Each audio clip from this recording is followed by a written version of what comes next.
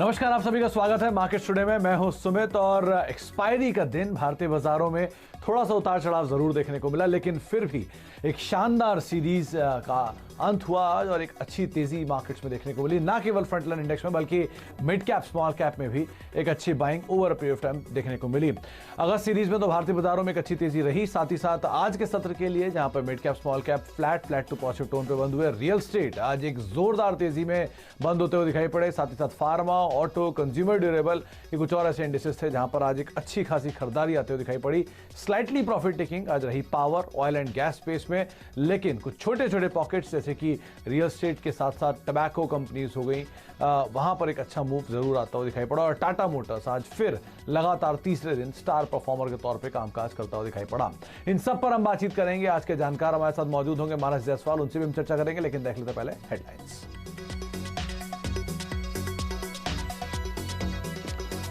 अगस्त series में बाजार ने जमाया रंग, निफ्टी 4% की से ज्यादा हुआ मजबूत। तो वहीं इस सीरीज में बैंक निफ्टी में 9% की बढ़त, छोटे मझौले शेयरों में भी दिखी जोरदार तेजी। स्मॉल कैप इंडेक्स करीब 18% बढ़ा।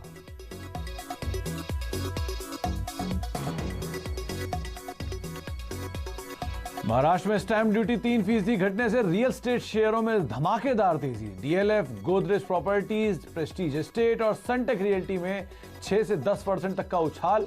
निफ्टी रियल्टी इंडेक्स 6% से ज्यादा दौड़ा। सुबह ही सीएनबीसी आवास पर मुनाफे की तैयारी में दी थी खरीदारी की राय। तंबाकू सेक्टर में एफडीआई छूट से जुड़ी सीएनबीसी आवास की एक्सक्लूसिव खबर ने बाद गॉडफ्रे फिलिप्स में दिखा 8% तक का जबरदस्त उछाल। एफडीआई छूट के पक्ष में है संसद की स्थायी समिति, रिपोर्ट राज्यसभा अध्यक्ष को सौंपी।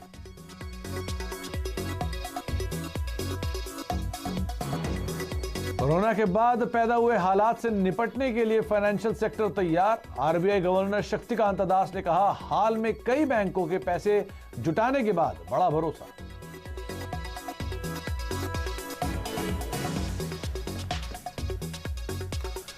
चलिए अब कुछ आंकड़ों के ऊपर नजर डाल लेते हैं किस तरह से आज मार्केट्स ने पैन आउट किया। वैसे तो आज भारतीय बाजारों की शुरुआत तेजी के साथ हुई और एक समय में एक अच्छी खासी बढ़त के साथ कामकाज हो रहा था। 11,600 के पार निफ्टी आज एक समय गया, लेकिन ऊपरी समय थोड़ी सी मुनाफा वसूली आई।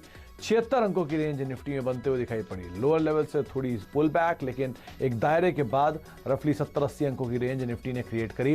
निफ्टी बैंक जो कि 250 अंकों की तेजी, 250 अंकों की रेंज के साथ आज कामकाज करता हुआ दिखाई पड़ा और खरीदारी रही करीब 200 अंकों के आसपास की। और सेंसेक्स में भी रफली 320 अंकों की एक रेंज बनते हुए दिखाई पड़ी। तो एक्सपायरी के दिन इतनी बड़ी रेंज, फिर इस तरह की रेंज से ज्यादा भी रेंज बनते हुए दिखाई पड़ी है, लेकिन आज एक बहुत बड़ी रेंज में कामकाज नहीं हुआ।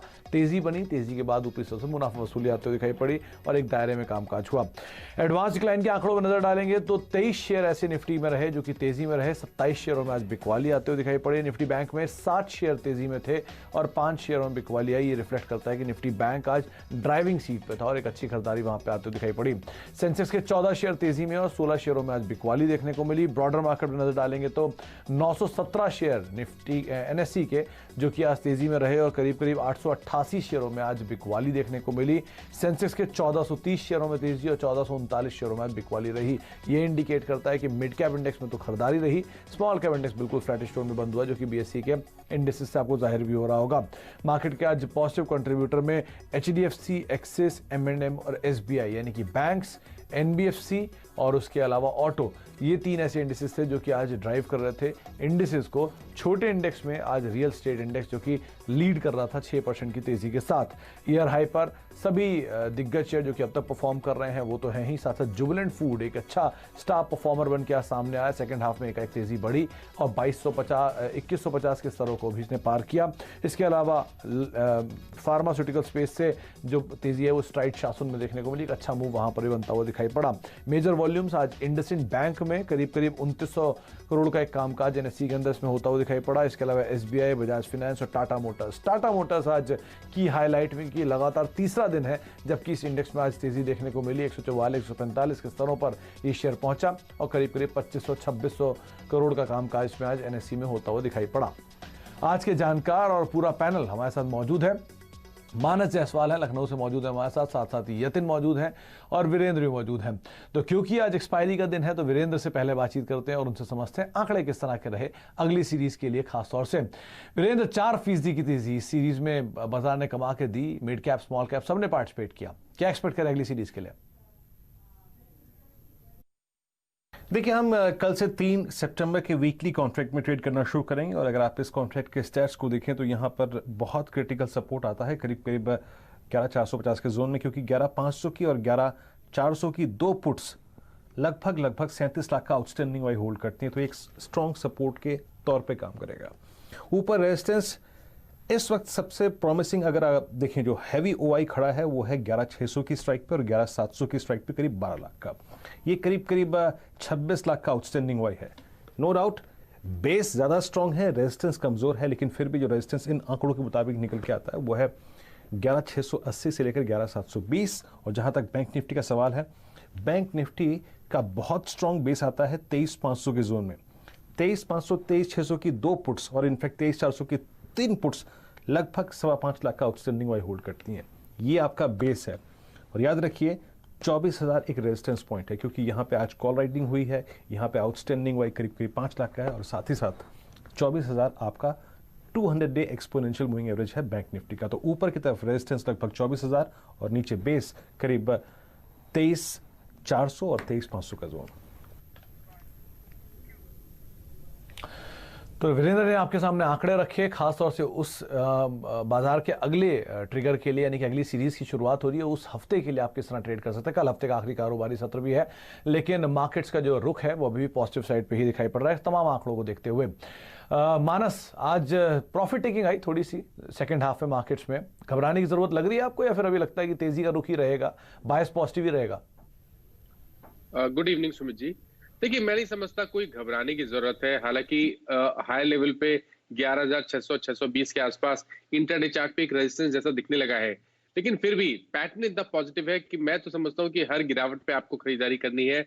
और स्पेशली जब तक निफ्टी 20 डे मूविंग एवरेज के ऊपर ट्रेड कर रहा है तब तो मैं नहीं समझता कि आपको कोई भी लॉन्ग पोजीशन से एग्जिट होना है। आप अपनी लॉन्ग पोजीशन बिल्कुल बने रह सकते हैं और कभी भी कोई भी करेक्शन दिखे तो वहां पर खरीदारी कर सकते हैं।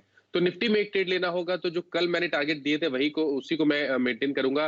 11,750 ये निफ्टी के टारगेट रहेंगे। स्टॉप लॉस को थोड़ा सा ऊपर रिवाइज करेंगे तो अब स्टॉप लॉस रहेगा 11,490 और अभी भी आप निफ्टी में खरीदारी कर सकते हैं। लेकिन जिस तरह का आउट परफॉर्मेंस बैंक निफ्टी में देखने को मिल रहा है, मैं समझता हूँ कि अब आपको बैंक निफ्टी में जो टारगेट है वो ऊपर की तरफ रिवाइज करके 24,250 के रखने हैं और स्टॉप लॉस को रिवाइज करके 23,300 के करने हैं। और बैंक निफ्टी में भी आप करंट लेवल्स पर खरीदारी कर सकते हैं। जी, तो आप बैंक निफ्टी में भी खरीदारी कर सकते हैं और निफ्टी को लेकर भी राय तेजी की है, यानी खरीदारी करके ही वहां पर चले और हर फॉल में आप खरीदारी करके चलें, ऐसा मानस का मानना है।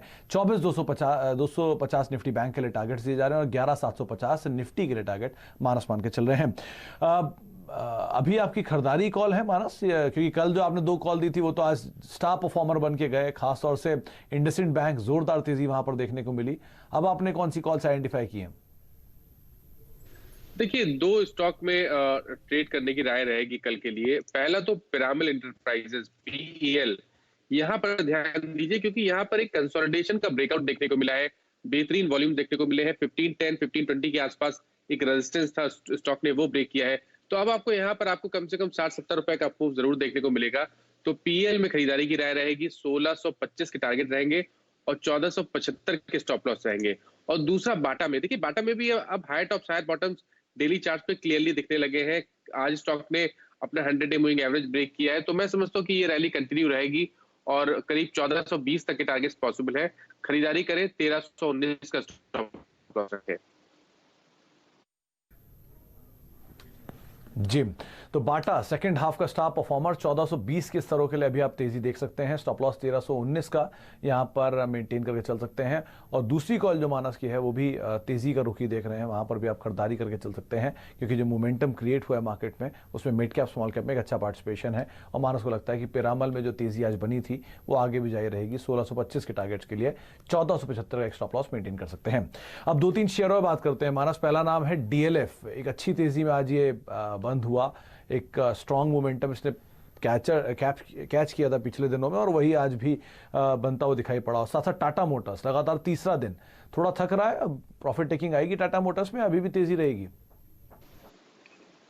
देखिए, पहले डीएलएफ की बात करेंगे तो डीएलएफ ने आज बहुत ही इंपॉर्टेंट लेवल्स ब्रेक किए हैं, जो कि इसका 200 डे मूविंग एवरेज है।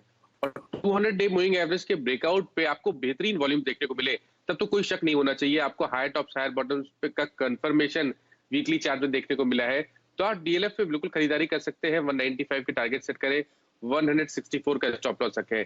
टाटा मोटर्स में मैं समझता हूँ आप थोड़ा इंतजार करिए। पिछले 3 दिन में हमने रैली देख ली है, तो मैं तो समझता हूँ कि अब आपको खरीदारी नहीं करनी है, इंतजार करना है करेक्शन का। लेकिन यहाँ ये मैं मेंशन जरूर करूंगा कि ट्रेंड अभी भी काफी पॉजिटिव है, तो गिरावट पे खरीदारी करें। 140 से लेकर 137 की रेंज में आपके स्टॉप लॉस 132 के नीचे रहेंगे उस केस में। और अभी भी स्टॉक में पोटेंशियल है 160 से 165 के लेवल्स को टेस्ट करने का, तो यहाँ पर गिरावट पे खरीदारी करने की राय रहेगी। ओके मानस, 2 और शेयर देखिए। एक है ग्रासिम, ओपन इंटरेस्ट एडिशन के लिहाज से भी देखें तो एक अच्छा एडिशन यहाँ पर होता हुआ दिखाई पड़ा है नेक्स्ट सीरीज में, और डे हाई के आसपास ये शेयर बंद भी हुआ है। और दूसरा नाम है औरोबिंदो फार्मा। लास्ट आवर में इसमें बाइंग आई, हालांकि आज 900 के लेवल्स जो है उनको पार नहीं कर पाया, लेकिन हाँ फिर भी 688 तक के लेवल्स इसने दिखाए भी। किस तरह के मूव की उम्मीद रखें इन दोनों शेयरों में? मैं तो समझता हूँ कि ग्रासिम में तो आपको बिल्कुल खरीदारी करनी चाहिए, क्योंकि मेरे ख्याल से कुछ 7-8 दिन पहले स्टॉक ने अपना 200 डे मूविंग एवरेज ब्रेक किया है। तो मैं तो समझता हूँ कि ग्रासिम में ये रैली अभी और कंटिन्यू रहेगी। 725 तक के टारगेट्स पॉसिबल है, 660 के स्टॉप लॉस से आपको लॉन्ग पोजीशन बनानी है। और फार्मा में अभी थोड़ा इंतजार करिए, देखिए हायर लेवल पे थोड़ा सा फिर से प्रॉफिट बुकिंग देखने को मिला, तो एक जो ये कंसोलिडेशन रेंज दिख रहा है चार्ट्स पे, इसको ब्रेक होने का इंतजार करिए। तो 900 रुपए के ऊपर ही आपको खरीदारी करनी है, अभी खरीदारी नहीं करनी है। 900 रुपए के ऊपर खरीदारी करें और उस केस में 860 का स्टॉप लॉस रखें। चलिए, तो 860 का एक स्टॉप लॉस मेंटेन करें, 900 के ऊपर खरीदारी करें। अभी खरीदारी ना करें, वेट करें औरोबिंदो फार्मा में। लेकिन हाँ, ग्रासिम में जो मोमेंटम है वो क्रिएट आगे भी रहेगा, तो आप खरीदारी का जो रुख है उसमें जारी रख सकते हैं। आगे भी हम बातचीत करेंगे मानस से कुछ और शेयरों पर, लेकिन उससे पहले यतिन से बात कर लेते हैं। यतिन के पास एक इंपॉर्टेंट खबर है, खासतौर से फुटसी को लेकर। क्या खबर है, किस तरह का इंपैक्ट होगा, किन शेयरों पर नजर रखें, सब कुछ यतिन बताएंगे आपको। बताइए यतिन, क्या है अपडेट आपके पास? देखिए सुमित, थोड़े समय पहले ही FTSE यानी पॉपुलरली हम इसको फुटसी कहते हैं, जो काफ़ी सारे FIs के लिए इंडेक्स और पोर्टफोलियो मैनेज करते हैं, इन्होंने घोषणा की है जिसके अंदर इन्होंने ये कहा है कि पहले जो इनका प्लान था HDFC bank, Kotak Mahindra bank और इंडसइंड बैंक को अपने इंडस्ट्रीज में शामिल करने का या उनका वेट बढ़ाने का, वो अब नहीं करेंगे। क्योंकि अगर आप HDFC बैंक की बात करें, कोटक की बात करें या इंडसइंड बैंक की बात करें, जो FII हेडरूम होता है, यानी कि जो FI की होल्डिंग होती है वो पूरी तरीके से लिमिट तक पहुंच चुकी है और हेडरूम ज़्यादा है नहीं। और हेडरूम नहीं होने के कारण इनकी जो इंक्लूजन की रणनीति थी, जो सितंबर के तीसरे हफ्ते में होने वाली थी, लगभग 18 सितंबर के आसपास, वो एडजस्टमेंट जो है अभी नहीं होगा। पहले जब FTSE ने अनाउंसमेंट किया था तब ये कयास लगाया जा रहा था ब्रोकरेज से कि लगभग $1.5 बिलियन का इंडिया को इनफ्लो मिलेगा FIs का, यानी FIs लगभग 10,000 करोड़ रुपए की खरीदारी करेंगे इंडियन स्टॉक्स में, जिनमें से मुख्यतर HDFC बैंक, कोटक बैंक और इंडसइंड बैंक और ICICI बैंक, ये 4-5 बैंक्स के नाम शामिल थे। लेकिन अभी HDFC बैंक और कोटक बैंक और अगर आप इंडसइंड बैंक को भी गिन लें तो लगभग आधा फ्लो इन 3 स्टॉक्स में देखा जा रहा था, वो अभी नहीं होगा। तो जाहिर सी बात है कल इसका असर ये बैंकिंग शेयर्स पे देखने को मिलेगा। लेकिन क्योंकि एडजस्टमेंट और रीबैलेंसिंग नहीं हुई थी तो ज़्यादा असर नहीं देखने को मिलेगा, डीप करेक्शन देखने को नहीं मिलेगा। लेकिन जाहिर सी बात है ये सेंटिमेंट को थोड़ा बहुत नुकसान पहुंचाने वाला न्यूज़ आइटम अभी हमको समझ में आ रहा है और देखने में आ रहा है। मानस, 3 शेयरों के नाम यतिन ने लिए, कोटक, HDFC बैंक और इंडसइंड बैंक। सबसे इंटरेस्टिंग चार्ट इंडसइंड बैंक का है। एक तेजी देखने को मिली 6% की, ब्रेकआउट भी दिखाई पड़ रहा है, 3 महीने के हाई पे शेयर भी खड़ा हुआ है, लेकिन न्यूज फ्लो नेगेटिव है। कैसे प्ले किया जाए? देखिए, इंडसइंड बैंक में कल भी मैंने खरीदारी की राय दी थी और मेरे ख्याल से उसके टारगेट्स भी आज अचीव हुए। शायद 620 के आसपास के टारगेट्स थे, वो अचीव हुए। उसके बाद हमने करीब 15 रुपए का करेक्शन देखा ऊपर के लेवल से। मैं समझता हूँ यहाँ पर तो ट्रेंड बहुत पॉजिटिव है। स्टॉक ने आज अपना 100 डे मूविंग एवरेज ब्रेक किया है, तो सुमित जी मैं समझता हूँ कि यहाँ पर करीब करीब 750 से 800 रुपए के लेवल्स को टेस्ट करने का पोटेंशियल है। इसमें समय जरूर लगेगा, लेकिन अगर एक शॉर्ट टर्म ट्रेड लेना होगा तो मैं अभी भी करंट लेवल्स पे खरीदारी की राय देता हूं। 569 का स्टॉप लॉस रखें और 675 के टारगेट सेट करें। चलिए, तो 570 करीब का एक स्टॉप लॉस मेंटेन करें और 675 ये टारगेट्स मानस देख रहे हैं, यानी कि यहां से भी करीब करीब 70 रुपए का पोटेंशियल अपसाइड मानस को अभी भी दिख रहा है। लेकिन न्यूज फ्लो भी है, तो आप ध्यान से संभल कर स्टॉप लॉसेस के साथ ही ट्रेड करेंगे। मानस एक नजर डालिए अब जुबिलेंट फूड पे। आज नया हाई बनाया शेयर ने और हाई के साथ साथ सेकंड हाफ में तेजी आई थी और विद वॉल्यूम बाइंग आई है। 100 के पी पे शेयर कामकाज कर रहा है। वैल्यूएशन वाइज तो बहुत महंगा है, लेकिन नंबर्स भी आने हैं अगले हफ्ते। किस तरह से इसको देखा जाए, कैसे प्ले किया जाए? सुमित जी, मैं तो समझता हूँ कि आज के ब्रेकआउट के बाद आपको यहाँ पर करीब करीब 100 से 150 रुपए का अपमूव आने वाले 2 से 3 दिनों में देखने को मिलेगा। तो मेरे हिसाब से 2100 रुपए का स्टॉप लॉस रखें, खरीदारी करें और आपके टारगेट करीब 2300 रुपए के आसपास के रहेंगे। जी, तो 2300 रुपए के आसपास के टारगेट्स आप देख सकते हैं, यानी कि यहां से भी रफली 150 रुपए के आसपास का मूव और देखने को मिल सकता है जुबिलेंट फूड में, और आप तेजी का रुख यहां पर बना के चल सकते हैं। 2-3 और शेयर देखिए। हाउसिंग फाइनेंस स्पेस से पीएनबी हाउसिंग और एचडीएफसी, दोनों एचडीएफसी दिग्गज है, जाहिर सी बात है, और PNB housing finance mid cap का आउट परफॉर्मर रहा है पिछली पूरी सीरीज का। क्या किया जाए इन दोनों स्टॉक्स में? देखिए, पीएनबी हाउसिंग में तो मैं अभी भी समझता हूँ कि काफी पोटेंशियल है। High top higher bottom charts पे दिखने लगे हैं। स्टॉक ने 100 मूविंग एवरेज ऑलरेडी ब्रेक कर दिया है। आज चार्ट्स पे एक फ्रेश ब्रेकआउट बेहतर वॉल्यूम के साथ देखने को मिला। तो मैं तो समझता हूँ कि करीब आपको 330 335 तक के टारगेट सेट करके चल रहे हैं, खरीदारी कर सकते हैं। 275 का स्टॉप लॉस रखे। एचडीएफसी लिमिटेड ने एक ब्रेकआउट दिया है, एक कंसोलिडेशन जोन का ब्रेकआउट दिया है। 100 मूविंग एवरेज ब्रेक हुआ है, बेहतर वॉल्यूम देखने को मिले हैं। तो एचडीएफसी लिमिटेड में भी आप बिल्कुल खरीदारी कर सकते हैं। करंट लेवल्स खरीदारी करिए, 1820 का स्टॉप लॉस रखिए और करीब 2000 के लेवल्स के टारगेट सेट करके चलिए। ओके, सेंचुरी टेक्सटाइल और देखिए मानस आज इस सीरीज से बाहर हुआ एफएंडो से, लेकिन परफॉर्मेंस की बहुत स्ट्रांग रही और डे हाई के आसपास ही आता हुआ दिखाई पड़ा। एक अच्छी तेजी रही हुई इसमें। रियल एस्टेट का ट्रिगर बट ऑब्वियसली यहाँ पे कामकाज कर भी रहा था। किस तरह के चार्ट्स रीड किए आपने? अब क्या करना चाहिए इसमें? क्या ये एडजस्टमेंट की वजह से तेजी थी, फिजल आउट होगी, या फिर चार्ट्स भी बोल रहे हैं कि तेजी और रहेगी इसमें? देखिए, एफएनओ से स्टॉक जब निकलता है तो ये कोई पैरामीटर नहीं है स्टॉक को जज करने के लिए। हमने पिछली बार काफी समय पहले भी काफी बार ऐसी हिस्ट्री देखी है कि जब एफएनओ से स्टॉक बाहर होता है तो वो परफॉर्म करने लगता है, और शायद सेंचुरी टेक्सटाइल के साथ भी ऐसा ही कुछ होगा। स्टॉक एफएनओ से बाहर जरूर निकला है, लेकिन स्टॉक ने अपना 200 डे मूविंग एवरेज ब्रेक किया है, बेहतर वॉल्यूम देखने को मिले हैं, और मैं बहुत पॉजिटिव हूँ स्टॉक को के पैटर्न को लेके। मैं उम्मीद करता हूँ कि 425 तक के लेवल्स आने वाले 3 से 4 हफ्ते में सेंचुरी टेक्सटाइल में देखने को मिल सकते हैं। बिल्कुल खरीदारी करें और 329 ये आपके स्टॉप लॉस के स्तर होंगे। इनफैक्ट आपने जो बात की मानस वो बिल्कुल सही है। अब तक जो देखा गया है वो यही है कि कोई भी स्टॉक जो एफएनओ से बाहर होता है उसकी सिचुएशन और चेंज हो जाती है, और लॉन्ग टर्म सिचुएशन को देखते हुए वो ज़्यादा बेहतर परफॉर्म करता हुआ दिखता है। तो अभी भी खरीदारी करें आप सेंचुरी टेक्सटाइल में, और मानस को लगता है 400 प्लस टारगेट्स जो हैं वो आते हुए दिखाई पड़ेंगे। एक ब्रेक का वक्त है, लेकिन अब तक जाने से पहले जो हमने बातचीत की है वो आपको बताते हैं। निफ्टी और निफ्टी बैंक को लेकर बायस मानस का पॉजिटिव साइड पर है। उनको लगता है तेजी आप दोनों में ही देख सकते हैं, और अभी भी खरीदारी का ही रुख बना के चले। इनफैक्ट हर फॉल में खरीदारी करें निफ्टी में। 11750 का टारगेट आप निफ्टी में देखें और 24250 का टारगेट आप निफ्टी बैंक में देख सकते हैं। मानस ने दोनों कॉल्स जो है अपनी वो तेजी की ही दी है। एक है पिरामल एंटरप्राइजेस और दूसरा है बाटा। पिरामल एंटरप्राइजेस करीब 1625 रुपए के टारगेट्स के लिए आप खरीदारी करें, और बाटा में 1420 रुपए के टारगेट्स के लिए आप खरीदारी कर सकते हैं। 1319 का एक स्टॉप लॉस यहां पर मेंटेन करें। अलग अलग सेक्टर जहां पे बातचीत हुई उसमें डीएलएफ आप खरीदारी के लिए देख सकते हैं 195 रुपए के टारगेट्स के लिए 164 का स्टॉप लॉस मेंटेन करें। ग्रासिम तेजी का रुख रहेगा, 725 के टारगेट्स के लिए खरीदारी करें। जुबिलेंट फूड में आप 2300 रुपए तक की चाल देख सकते हैं, 2100 का एक स्टॉप लॉस यहां पर मेंटेन करके चल सकते हैं। टाटा मोटर्स को आप अभी अवॉइड करें, लोअर लेवल्स पे आप वहां पर एंट्री करके चल सकते हैं। औरबिंदो फार्मा अगर आपको 900 रुपए के ऊपर मिले तो आप वहां पर खरीदारी करके चल सकते हैं। एक छोटे से ब्रेक का वक्त है, ब्रेक के बाद लौटते हैं। हमारे साथ मौजूद है यतिन, उनसे हम जानेंगे डीलर्स रूम में किस तरह का। आप देख रहे हैं मार्केट टुडे। हमारे साथ आज के जानकार मानस जायसवाल मौजूद हैं, साथ साथ वीरेंद्र मौजूद है और यतिन भी मौजूद हैं। यतिन से पहले बात कर लेते हैं और जान लेते हैं कि डीलर्स रूम में किस तरह का माहौल है, क्या खबरें उनके पास हैं। यतिन बताइए आज क्या लेकर आए आप डीलर्स रूम में? सुमित देखिए, दो तीन स्टॉक्स जो आज डीलिंग रूम्स के फोकस में है उनमें सबसे पहले है टाटा मोटर्स।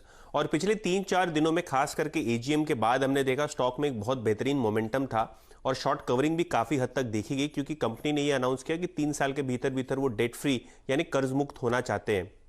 लेकिन अगर आप डीलिंग रूम्स की माने तो जिस प्रकार से स्टॉक ने रैली दी है और शॉर्ट स्क्वीज हुआ है, खास करके कॉल राइटर्स को काफी नुकसान उठाना पड़ा है इस एक्सपायरी में, डीलिंग रूम्स को लगता है कि ऊपरी स्तरों पे यहां प्रॉफिट बुकिंग यानी मुनाफा वसूली हमको देखने को मिल सकती है और बहुत जल्द 140 से लेकर 142 तक के लेवल्स इस स्टॉक पे हमको देखने को मिल सकते हैं। तो टाटा मोटर्स पे एक तरीके का शॉर्ट सेल रिकमेंडेशन आ रहा है डीलिंग रूम्स का सितंबर सीरीज के लिए। लक्ष्य होगा 140 से 142। इसके अलावा मानस ने तो हमको आज इंडसइंड बैंक के बारे में बताया ही, लेकिन बंधन बैंक भी आज काफी सारे डीलिंग रूम्स में बाय रिकमेंडेशन थी। यहाँ खरीदारी जो है करें 5 से 7% मुनाफे के लिए, ऐसा डीलिंग रूम्स का अपना रिकमेंडेशन है। और डीलिंग रूम्स को लगता है कि स्टॉक में 15 से 20 रुपए की बहुत आसानी से तेजी हो सकती है। और अगर आप आज के रोल ओवर स्टैटिस्टिक्स भी देखें तो लगभग 70 से 75% लॉन्ग रोल ओवर हमको यहाँ देखने को मिले हैं, जो काफी एक तेजी की निशानी है। तो बंधन बैंक में भी एक बाय रिकमेंडेशन आया डीलिंग रूम्स का। और आखिर में मिड कैप में बात करते हैं GACL यानी गुजरात एल्कलीज की। कंपनी जो है फर्टिलाइजर के बिजनेस में कारोबार में और केमिकल्स के कारोबार में है। अगर आप चाइना की बात करें तो जिस हिसाब से चाइना में बाढ़ आई है, फ्लड सिचुएशन है, उस पर काफी सारे फर्टिलाइजर प्लांट्स और केमिकल प्लांट्स पे असर हुआ है, क्योंकि बाढ़ से काफी नुकसान वहां देखने को मिला है। और जिस प्रकार से एक बहुत बड़ा फॉस्फोरिक एसिड का प्लांट चाइना में बंद हुआ है, उसका कहीं ना कहीं फायदा गुजरात अल्कली को पहुंचेगा, क्योंकि ये फॉस्फोरिक एसिड कंपनी बनाती है और काफी सारे फर्टिलाइजर के प्रोडक्ट्स भी बनाती है। और रिसेंटली सरकार ने फॉस्फोरिक एसिड पे एंटी डंपिंग ड्यूटी भी लगाई है, जो कि आयात हम करते हैं कोरिया जैसे कंट्रीज से। तो कहीं ना कहीं गुजरात एल्कलीज में भी डीलिंग रूम्स को लगता है कि ये सारी जो सिचुएशन है वो फायदेमंद साबित होगी और यहाँ 10 से 15% शॉर्ट टर्म अपसाइड हमको बहुत जल्द देखने मिलेगा। टाटा मोटर्स में मुनाफा वसूली, बंधन बैंक में कुछ तेजी देखने को मिल सकती है और साथ साथ तीसरा नाम है गुजरात अल्कली। अगर आप इसका चार्ट देखेंगे गुजरात अल्कली का, तो ये शेयर में जो आज मूव है 8% का, वो सिर्फ यतिन के बोलने के बाद आया। आप स्क्रीन पे गुजरात अल्कली का चार्ट लाइए और सेकंड हाफ में ये शेयर में एक तेजी आई और वो दिन के ऊपरी स्तरों पर बंद हुआ, करीब करीब 10% ऊपर। ये वो मिनट है जब यतिन ने से बोला और उसके बाद शेयर 10% चला।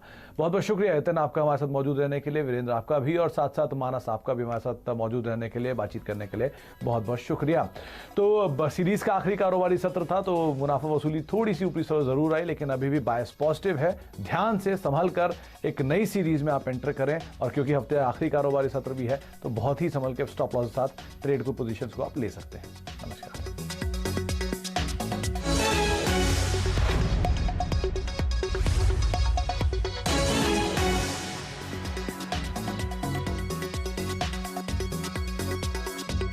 अगले वीडियोस को देखने के लिए आप जरूर से सब्सक्राइब कर लें हमारे YouTube चैनल को। फ्रेंड्स, मिलते हैं अगले वीडियो के अंदर, जब तक के लिए गुड बाय।